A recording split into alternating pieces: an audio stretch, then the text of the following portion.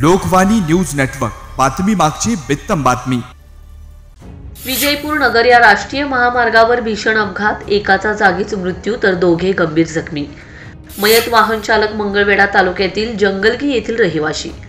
मरवडे तालुका मंगळवेढा येथून जाणाऱ्या विजयपूर नगर या राष्ट्रीय महामार्गावर वाहन चालकाचा ताबा सुटल्याने 16 टायर ट्रकचा भीषण अपघात झालाय।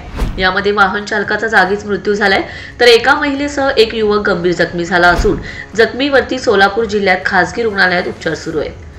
घटनास्थळावरून मिळालेली माहिती अशी की गाडी नंबर KA 35D 4893 ही 16 चाकी ट्रक गाडी कर्नाटक राज्यातील बल्लारीहून लोणंद या ठिकाणी वायर बंडलचा लोड घेऊन जात असताना मंगळवेढा तालुक्यातील मरवडे गावानजीक हुलजंतीकडे जात असलेल्या विजयपूर नगर या राष्ट्रीय महामार्गावर वाहन चालक अण्णाप्पा तेलगाव यांचा वाहनावरील ताबा सुटल्याने रस्त्यालगत असलेल्या एका घरावरती गाडी जाऊन मोठा अपघात घडल्याची घटना शुक्रवार रोजी दुपारी 3च्या दरम्यान घडली।